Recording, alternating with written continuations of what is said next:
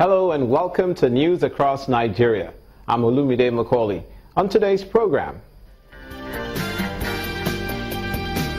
we begin in the nation's Nigeria police to adopt the federal government's change initiative, Change Begins With Me.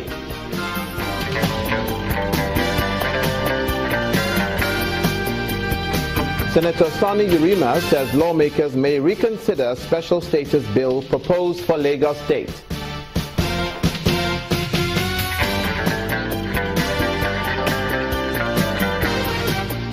And Governor of Rivers State tasked traditional rulers to ensure peace and security across the state.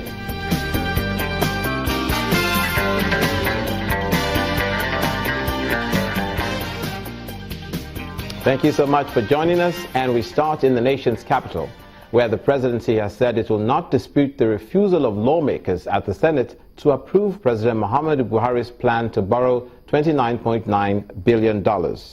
The senior special assistant to the president on National Assembly matters, Senator Itai Nang, says the presidency will not be disputing with the Senate, but will rather engage with them on the issue that had been raised. He adds that additional information is being collated for submission to the lawmakers. And the bill seeking to give Lagos a special status and enable her enjoy 1% allocation from the revenue accruable to the federal government may be reconsidered for another hearing if the words of Senator Sani Yerima are anything to go by. The chairman, Senate Committee on Marine Transport, and his colleagues who've been visiting Lagos State on oversight functions paid a courtesy call on the governor of the state, Mr. Akinwumi Ambode. Since it's been the national capital up to this moment, you find people from all states of the federation and living here. So anything we do to Lagos, we are not doing it for Lagos alone.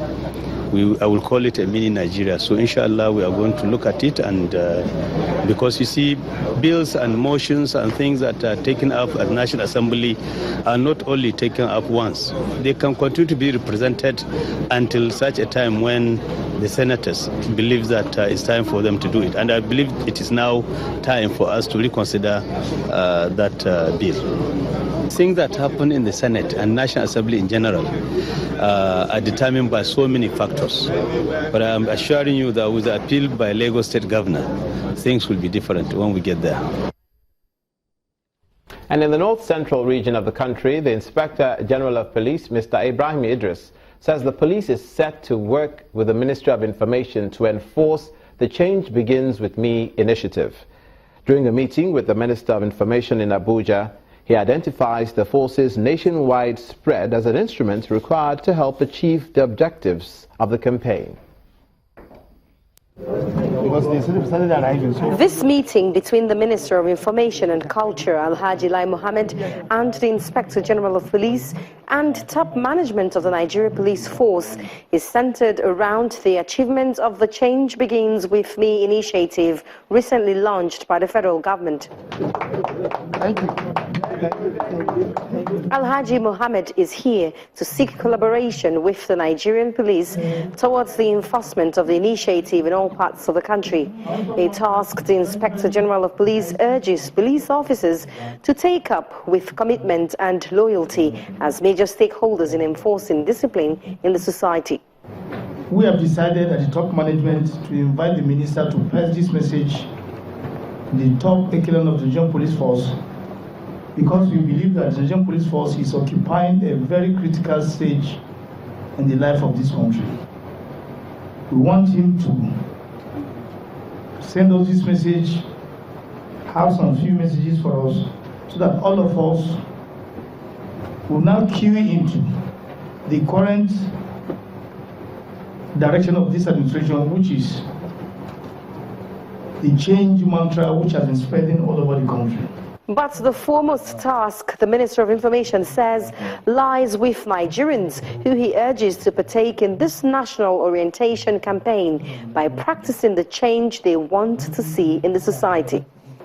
Change Begins With Me is a pan-Nigerian campaign that has no coloration whatsoever, whether it is political, religious, or ethnic.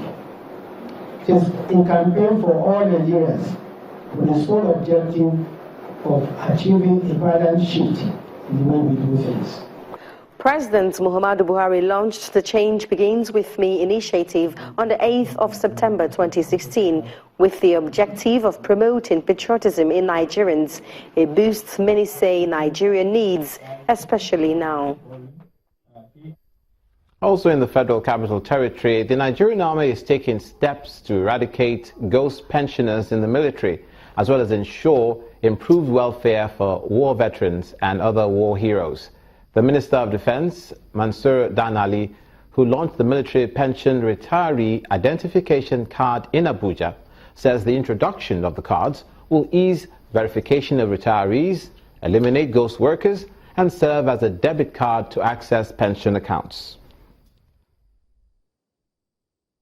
Considering the successes recorded by our own troops in spite of economic recession in the country, there is no doubt that this call for the need to appreciate members of the armed forces of Nigeria and other security agencies that are paying the supreme price so as we can live in peace, and reassuring our citizens of the armed forces' commitment to do all within its powers to maintain oneness of this country. The ministry will continue to engage pensioners through relevant organs like Nigerian Legion, the Veteran Affairs Division of the Military Pension Board, to ensure that government obligations at all times are being met, to ensure that our pensioners are identified and ghost pensioner syndrome eradicated. The Military Pension Board has involved an ID card scheme. The identity card will also serve as a debit card and grant pensioners online real-time access to their accounts. Mansur Dan Ali, Minister of Defense. Meanwhile, the Nigerian Army is not only worried about the welfare of its retired personnel, it's also concerned about improving the skills, the knowledge, and the dedication of its men and those of other security agencies across the country. The Commandant, Nigerian Army School of Finance and Administration, Brigadier General Bamidele Taiwo, told 150 participants at a just concluded course in Lagos to be more accountable in the discharge of their duties. A complete strategy that will fit into the demand of the dynamic global system.